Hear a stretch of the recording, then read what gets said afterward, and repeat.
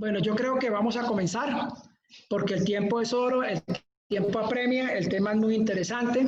Quiero darle la palabra al doctor Eider Barbosa, director técnico de desarrollo de la Unidad Administrativa Especial de Organizaciones Solidarias, incluido el saludo al doctor Rafael González Gordillo, director de UAEOS, a la Fundación Qualitas, que es el operador de este proyecto, y por supuesto a todos los presentes. Muchas gracias. Muchas gracias, don Hernán. Un saludo para usted, un saludo para todas y todos los conectados a este evento de Confecop Tolima. Desde la Unidad Administrativa Especial de Organizaciones Solidarias venimos acompañando esta serie de encuentros regionales, hablando sobre las ventajas de la asociatividad, del cooperativismo, del modelo de la economía social y solidaria, sobre las alternativas de reactivación económica que el modelo representa, ha representado y está representando en la pandemia y en la emergencia económica que estamos viviendo. Quiero contarles que esta semana se aprobó por parte del Ministerio de Agricultura el Plan Nacional de Generación de Ingresos de la Economía Campesina, Familiar y Comunitaria, adoptado por medio de la Resolución 209 que ya pueden encontrar ustedes en la página del Ministerio. Es una herramienta que posibilitará la mejora de los ingresos de los productores campesinos y que nace a propósito del acuerdo de paz, del punto 1 puntualmente. Y esta semana también dimos cierre técnico al Plan Nacional de Fomento de la Economía Solidaria y Cooperativa Rural, nuestro PLANFES, donde la unidad tiene un papel protagónico en la construcción del PLANFES y en la ejecución, en compañía también de otras entidades públicas, privadas, la academia, los colegios.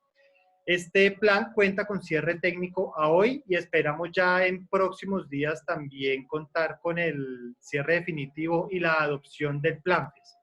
Y finalmente hablarles de la Ley 2046 de 2020, la Ley de Compras Públicas Locales. Estamos estrenando ley también que apoya la producción local y la producción de la economía campesina, familiar y comunitaria, y que obliga a las entidades públicas que hacen compra de alimentos a destinar mínimo el 30% de esa compra a la economía campesina, familiar y comunitaria y a la producción local. Sin duda alguna es un avance muy importante para continuar con el fortalecimiento del campo colombiano, de la producción local, garantizando unos ingresos justos, un trabajo decente para los campesinos colombianos y también una manera de apoyar a nuestras organizaciones de economía solidaria que trabajan en el contexto de la economía campesina, familiar y comunitaria. Desde el Gobierno Nacional estamos trabajando arduamente en varias estrategias que posibiliten un mayor desarrollo de nuestro querido sector y también de manera asidua, de manera seguida les iremos contando acerca de las diferentes estrategias, los programas, las leyes aprobadas, los planes nacionales sectoriales aprobados que brindan un apoyo a nuestro sector. Les deseo una muy buena jornada de trabajo y aquí estaremos acompañándolos desde la unidad en esta importante charla de hoy de Confecop Tolima. Un abrazo solidario para todas y para todos y buena tarde. Muchas gracias.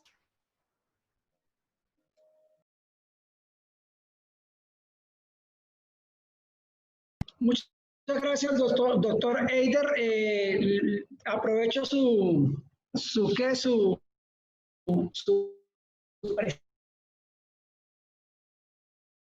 presencia virtual para que se le solicitamos precisamente a la doctora Carol Yan en un seminario de formación de formadores, pero en temas de metodologías, pedagogías virtuales. No es lo mismo una capacitación presencial que una capacitación virtual, y están ávidos a ese tipo de cosas. Por parte nuestra, lo que necesiten, con mucho gusto acá en el Departamento del Tolima. Muchas gracias, muy buenas tardes.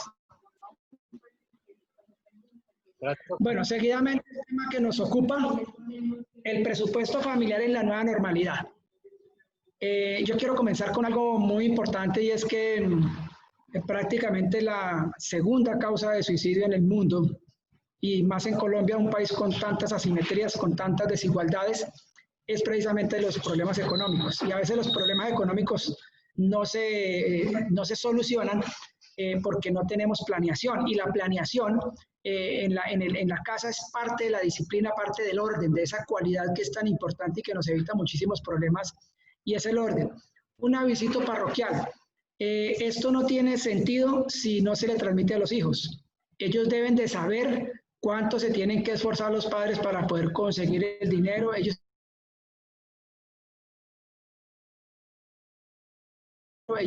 tienen que saber que en la consideración no podemos gastar más de lo que nos ganamos. El enfoque que le vamos a dar a la charla es precisamente el de la realidad. Como todo cambió, como en muchas familias de Colombia, entonces obviamente los gastos tienen que disminuirse, todo tiene que replantearse. Las finanzas familiares son la administración del patrimonio, de los gastos de una persona o unidad familiar, esto con el fin de obtener el mejor resultado posible. Si alguna lección nos deja esta pandemia, esta crisis, es que definitivamente la familia es la célula de la sociedad.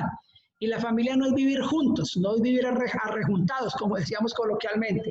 La familia es consideración, la familia es reconocimiento, la familia es admiración, la familia es obviamente amor, la familia es economía, la familia es aprender a vivir con lo que nos ganamos, la familia es no vivir del crédito, no tener que hacer mercado del crédito.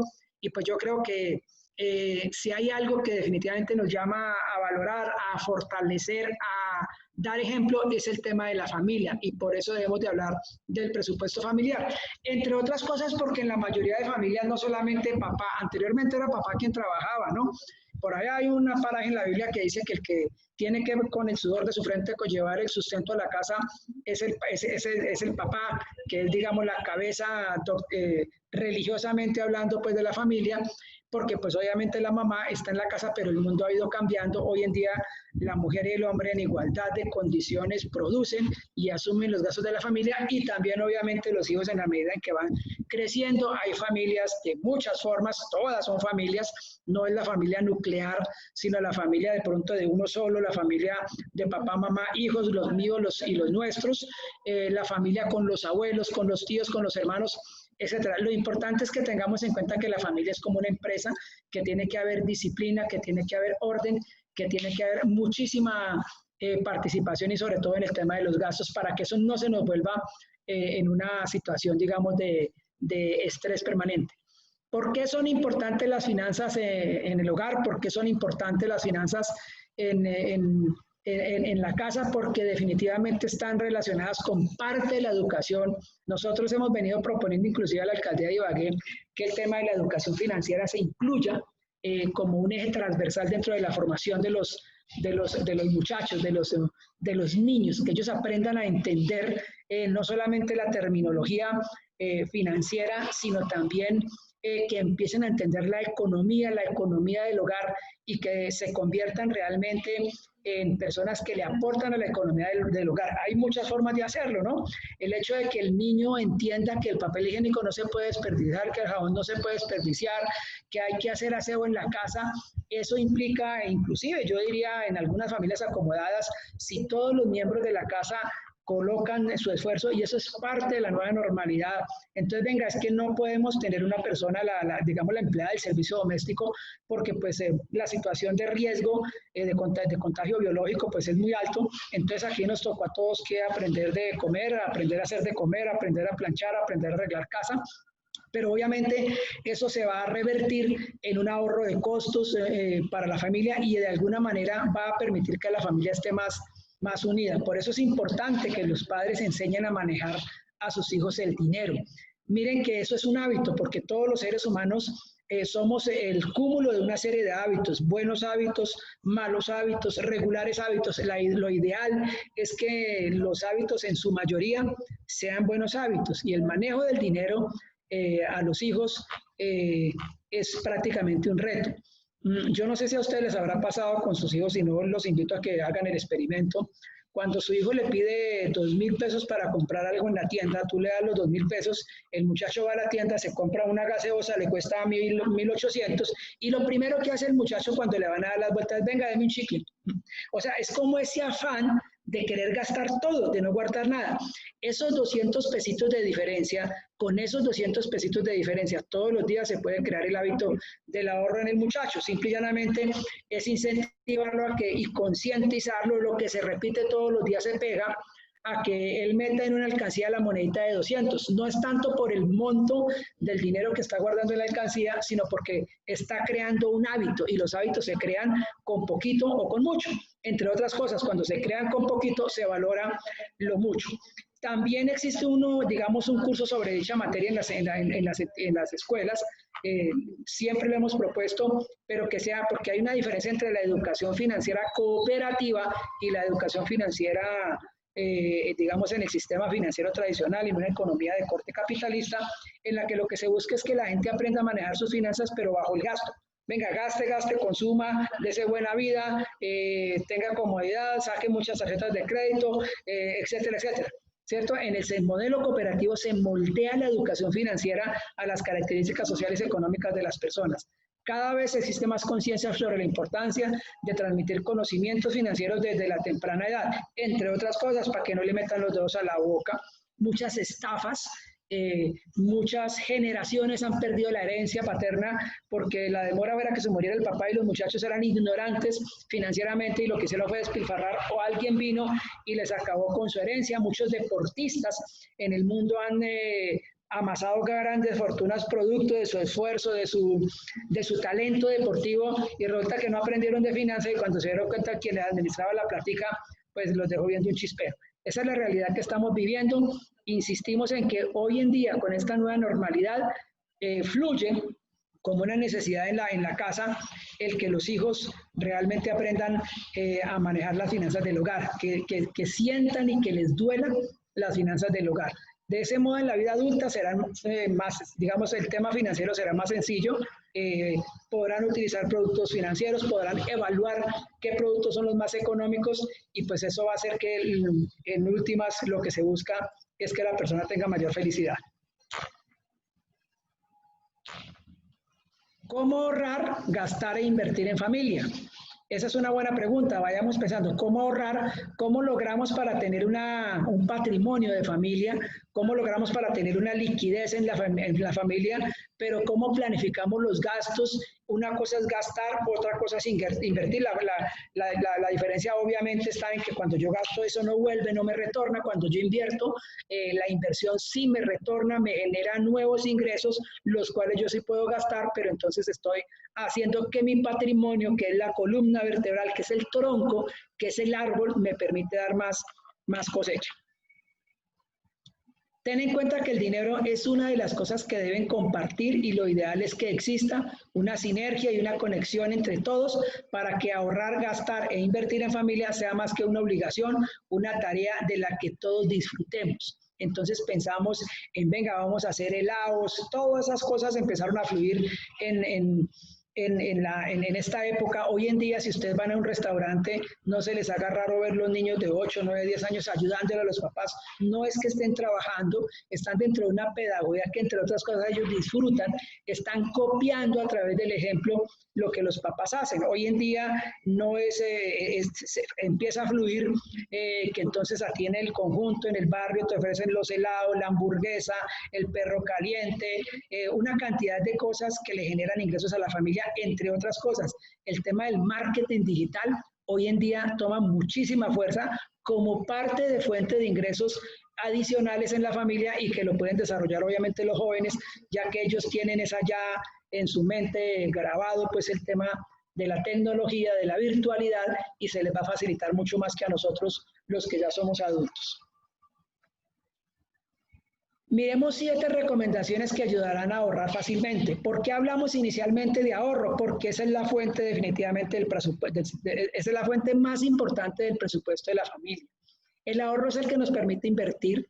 Acuérdese que ahorrar no es guardar para gastar en diciembre en la bicicleta, en la nevera, o comprar el vehículo. No, eso no es ahorro, eso es gasto. El ahorro cobra sentido, técnicamente hablando, cuando se puede invertir. Por eso Las estadísticas en el mundo demuestran que en los países donde hay mayor capacidad de ahorro hay mayor probabilidad de desarrollo, porque es que ese ahorro es el que utiliza el sistema financiero para desarrollar proyectos de inversión, de empresas, para financiar el aparato productivo. Miremos el primero. Deben saber todos los miembros de la familia cuál es el ingreso del hogar. Esto es clave, porque a veces de pronto los hijos ven que el papá llega encorbatado, se va encorbatado y dicen, no, mi papá es gerente, mi papá tiene muy buenos ingresos. A veces los hijos comparan los papás de sus compañeritos y entonces cuando nosotros tratamos de ocultarles a ellos cuál es la fuente de nuestros ingresos en la familia, entonces ellos van a tener menor probabilidad de tener conciencia y consideración en el, digamos, en el gasto del presupuesto de la familia. Entonces, esta es una labor que debe hacerse definitivamente con toda la familia y en la que se deben de destapar todas las cartas para que los muchachos sepan realmente de dónde provienen los ingresos y sobre todo algo muy importante, cuánto deben de esforzarse sus padres para poderte sostener un presupuesto de la familia y cuántas cosas a veces tienen que sacrificar. Acuérdense que cuando uno compra algo, gasta en algo, está sacrificando el deseo de satisfacer otro tipo de necesidad porque vivimos en una economía de escasez. Se deben de incluir a los hijos en los temas financieros. Esto es parte de la educación. A veces yo pensaría que aprendemos más en la casa inclusive que en el colegio, pero cuando en la casa hay ese orden, esa dinámica, ese compartir de conocimiento, no solamente del trabajo de sus padres, sino de cómo se maneja el presupuesto de la familia. Hacer uso adecuado de las tarjetas de crédito, esto sí que es clave. El crédito más costoso que existe en el mercado financiero se llama la tarjeta de crédito, por una sencilla razón, o no por una, por muchas razones. Cuando una persona saca una tarjeta de crédito, si esa persona no es disciplinada, entre otras cosas, una persona que no le alcance su ingreso para asumir los gastos diarios de su mercado, de su casa, la peor decisión, la más desacertada, es sacar una tarjeta de crédito. ¿Por qué? Porque las tarjetas de crédito están diseñadas para que la persona consuma. Es un crédito que se va trasladando a través del tiempo, que puede ser 1, 2, 5, 10, o sea, tanto tiempo cuanto tiempo tenga la persona usando la tarjeta de crédito. Yo puedo durar 10 años con una tarjeta de crédito utilizándola y puedo durar durante 10 años o 15 años pagando cuotas de 500.000, de 800.000, de 1 millón de pesos. Y resulta que si yo sumo todos esos consumos de la tarjeta de crédito durante 10 años, eso me da inclusive para comprar 2 apartamentos, para comprar, no sé, un local comercial, etcétera, etcétera. Y es igual, simple y llanamente que esos productos los diseñan para que la persona gaste y la están amarrando a un endeudamiento futuro, a que ese endeudamiento se vaya desplazando. Si ustedes se han dado cuenta, los avances que se hacen en efectivo en las tarjetas de crédito los difieren automáticamente a 24 meses o a 36. ¿Eso con qué? Con el fin de que venga papito, si usted ya es esclavo mío, entonces yo lo voy amarrando acá. Y algunas compras que se hacen por internet también las difieren, digamos, al plazo máximo que tiene la tarjeta de crédito. Eso va haciendo que la cuota mensualmente vaya creciendo, porque yo aun cuando estoy pagando una cuota mensual, es mayor el gasto. Miren que eso es como un tanque de agua en el que yo por un lado, por una llave le voy echando agua y por la otra le voy sacando. Si es más lo que yo le echo por encima, pues el agua se llena y se riega. Pero si yo logro que lo que le entra al tanque y lo que le sale es igual, pues después puedo mirar en 1 año o 2 años cuánto agua he consumido y voy a quedar aterrado. Eso es, digamos, parte de la estrategia del sistema financiero con las tarjetas de crédito. No es que no esté de acuerdo con ese medio de financiación, sí es muy importante, puede llegar a ser necesario. Lo que pasa es que ese sistema de financiación no se ajusta a la economía de la familia cuando los ingresos son escasos. Es el peor medio de financiar. ¿Por qué? Porque yo estoy haciendo el mercado y por lo regular, pues si yo pudiera pagar el valor del mercado en el mes siguiente, pues simple y llanamente, o dejarlo una sola cuota, pues obviamente yo para qué necesito tarjeta de crédito. O sea, yo busco otra forma de financiación, un anticipo de la nómina, qué sé yo. Pero indistintamente de esto, la idea es que tengamos en cuenta que si no tenemos disciplina para manejar tarjeta de crédito, es mejor que no nos metamos con tarjeta de crédito. Tener múltiples fuentes de ingresos. Entonces, hay que buscar que todos los miembros de la familia produzcan, que todos los miembros de la familia, acuérdense que se puede producir en la medida en que yo ahorro. Si el muchacho aprende a apreciar los alimentos que se le dan en la casa y no los desperdician, miren ustedes cuánta comida a veces se bota a la basura, pues ese es un ahorro que nos está sirviendo y entonces vamos a tener que comprar menos mercado y poder destinar esos recursos a cosas de pronto suntuarias o qué sé yo, a recreación, digamos, a otras necesidades que lo que buscan es mejorar la comodidad en el hogar. Tener un presupuesto, el presupuesto es una forma de planear.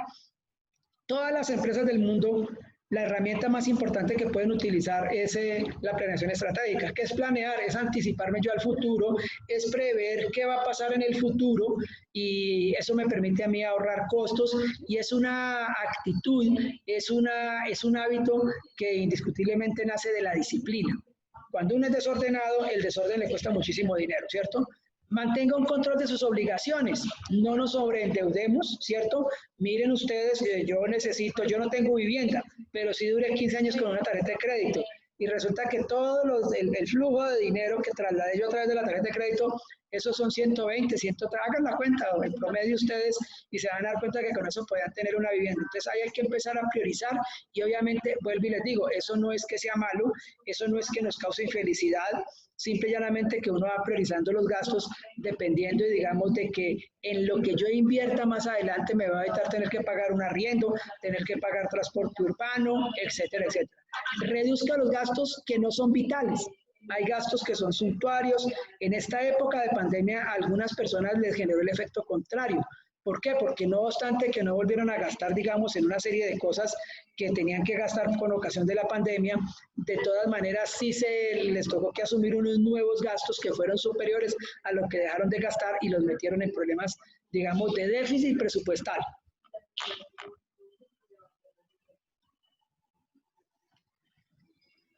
Hay un adagio, por favor, alguien que me ayude. ¿Cómo es que dice el adagio? Las palabras ¿qué?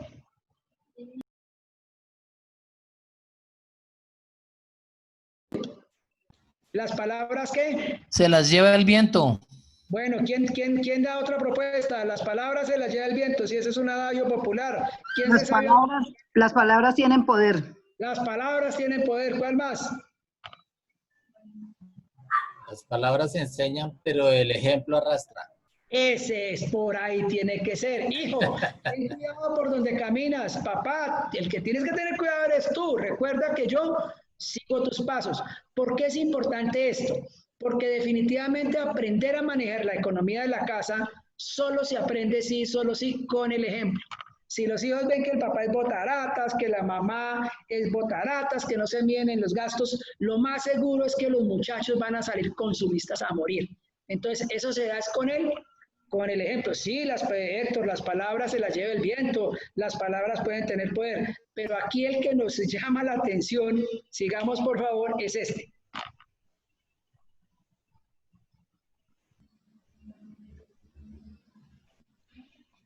Las palabras enseñan, pero el ejemplo arrastra. ¿Sí? Nada es más contagioso que el ejemplo. Y la economía familiar, el ahorro, es un hábito que se adquiere a través del ejemplo. Si yo tengo un papá o una mamá que es botaratas, que tira la puerta por la ventana, que no planifica sus gastos, que no planifica su economía, que se la pasa quejándose de que está muy endeudado y que necesita, etcétera, etcétera, ese es el peor ejemplo que le podemos dar a nuestros hijos. Entonces, por eso lo decíamos inicialmente, el presupuesto familiar es un asunto de familia, es un asunto del colectivo en el cual hay que involucrar a todos los miembros de la familia. Y lo más importante es que sea a través del ejemplo. Si yo soy ordenado con mis finanzas, mis hijos tendrán que ser ordenados con mis finanzas. Si yo planifico los gastos de mi casa, mis hijos van a planificar los gastos de mi casa. Si yo les creo hábitos de ahorro, si ellos ven que el papá y la mamá ahorran, no obstante que el salario no alcanza, entonces lo más importante es que ellos van a aprender a través del ejemplo. Miren que cuando los padres vinculan a sus hijos en los negocios, en las empresas, quienes tienen empresas y quienes quieren desde muy temprana edad, ellos van a ir aprendiendo esa dinámica. El día que hay ese relevo generacional, no va a pasar lo que ha pasado con ciertas familias en las que los hijos nunca supieron en qué trabajaban los papás. El día que los viejos se fueron para el reino de las carnes frías, entonces les dejaron a los hijos una herencia que la acabaron en par patadas. ¿Por qué? Porque no les dieron buen ejemplo. Eso es clave en el manejo de las finanzas, es clave en la educación financiera, es algo que se aprende. Qué importante que nosotros, por ejemplo, le digamos al chico, ven, te voy a dar 2.000 pesos para el recreo, pero ojo que no te puedes gastar sino solo 1.000, la mitad tienes que ahorrarla, y no la vas a ahorrar para en diciembre comprarte la bicicleta, no, la vas a ahorrar, la vas a guardar con muchísima delicadeza para que cuando seas un hombre adulto, una mujer adulta, profesional, con mucho conocimiento, tengas la capacidad, la idoneidad de montar tu propio negocio y ahí vas a tener la financiación. Hoy en día hay muchas personas que tienen muchas ideas, pero no tienen capacidad de endeudamiento, entre otras cosas. La situación de crisis no es lo que estamos viendo en el mundo financiero. En las noticias, los decretos hablaban de una serie de créditos, de una serie de entidades, digamos, del Estado que prestaban dinero a la topa tolondra, diestra y siniestra, y resulta que eso no es así. Si tú no demuestras como empresa, inclusive como persona, que tienes capacidad de pago, que tienes solvencia económica, que te gozas de buena moralidad comercial y que puedes otorgar una garantía, no eres sujeto de crédito. No eres sujeto de crédito.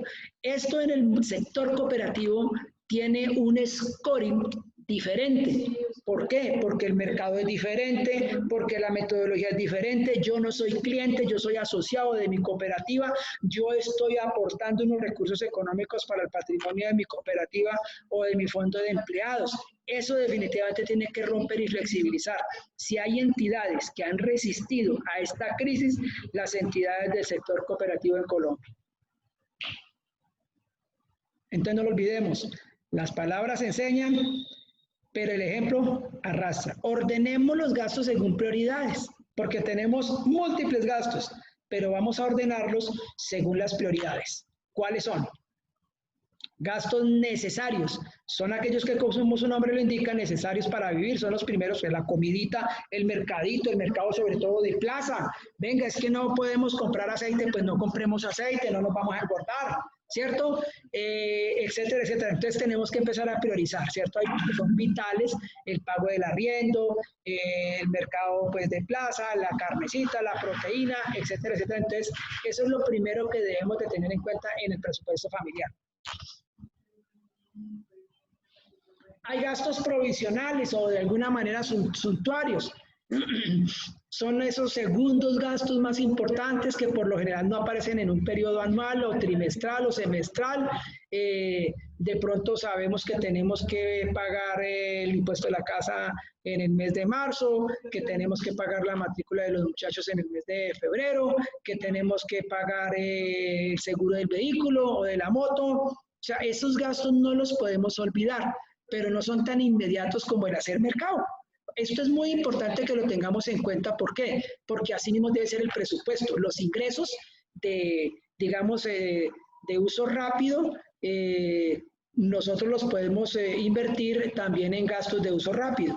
Y los de, digamos, ingreso lento, entonces en gastos que nos permitan poder ir acumulando para pagarlos a través del tiempo en periodos más largos, ¿sí? Como los seguros de los vehículos, los impuestos, las vacaciones, etcétera, etcétera. Gastos de lujo. Bueno, yo no le llamaría tanto de lujo porque a veces se vuelve uno tacaño, ¿cierto? Entonces, venga, no, es que no podemos ir a un restaurante jamás porque es que ir a un restaurante es de lujo. No, señor, ni mucho que queme al santo, ni poco que no lo alumbre. Pero sí son cosas que a veces en situación como la que estamos viviendo ahora, pues pueden esperar unos días, ¿cierto? A veces los papás tenemos un dicho que es fatal, y es que yo le tengo que dar a mis hijos lo que a mí no me dieron. Eso en la práctica a veces no da buen resultado, porque entonces vamos a formar hijos desagradecidos, desconsiderados, ¿cierto? Hijos que quieren vivir gastando hasta un balín, y entonces eso nos va a generar presupuestos problemas en el presupuesto del hogar. Aquellos gastos en los que mejoramos nuestro estilo de vida son de vanidad, son de apariencia a veces, es ese dinero que utilizamos para divertirnos en familia, para entretenimiento, salir a cine, a comer, etc. No se puede volver una costumbre. Ahora, venga, es que nos ganamos el baloto, mijo, hágale, gaste hasta donde pueda. Sigamos, por favor. Elementos que conforman el presupuesto familiar. Ahorita vamos a tener un corte, entonces la idea es que nos desconectemos, pero nos volvamos a desconectar para no perder el hilo de la conferencia. Los ingresos. Entonces, primero los ingresos, ¿por qué los conforman? Que sería, digamos, como uno de los rubros grandes del presupuesto de la familia. Los salarios, el endeudamiento se vuelve ingreso cuando nos giran un crédito, porque es que yo voy a hacer un crédito para hacer una ampliación en la casa, armar un apartamentico o una piecita y la voy a arrendar. Entonces, desde el punto de vista de una contabilidad de caja, si aquí hay contadores o financieros, no me van a malinterpretar porque tienen otra connotación totalmente diferente. Entonces, los ingresos, porque financieramente el endeudamiento es un pasivo del balance o del estado de situación económica, pero y los ingresos son una cuenta del estado de resultados. No tiene nada que ver. Aquí lo que tenemos es que un presupuesto que sea sencillo, que todos los miembros de la familia lo entiendan. Entonces, tenemos ingresos por ahorro, sí, porque de alguna manera el ahorro nos puede permitir hacer inversión y nos permite generar nuevos ingresos. Ojo, el ahorro tiene sentido cuando se invierte y se invierte para generar nuevos ingresos. Venga, mijo, es que le voy a montar a su mamá un salón de belleza. O de pronto la señora le dice al muchacho, mijo, es que le voy a montar a su papá un gimnasio. ¿Con qué fin? Con el fin de que generemos nuevos ingresos y eso implica un endeudamiento o la inversión de los ahorros. Rentas de negocios. Es que tenemos un mini market, es que tenemos un salón de belleza, es que vendemos por internet, es que hicimos un cursito de marketing digital. Hay personas que venden inclusive bienes raíces a través de internet y entonces se ganan la comisión. Ese no es un ingreso que se les llegue todos los días, pero digamos,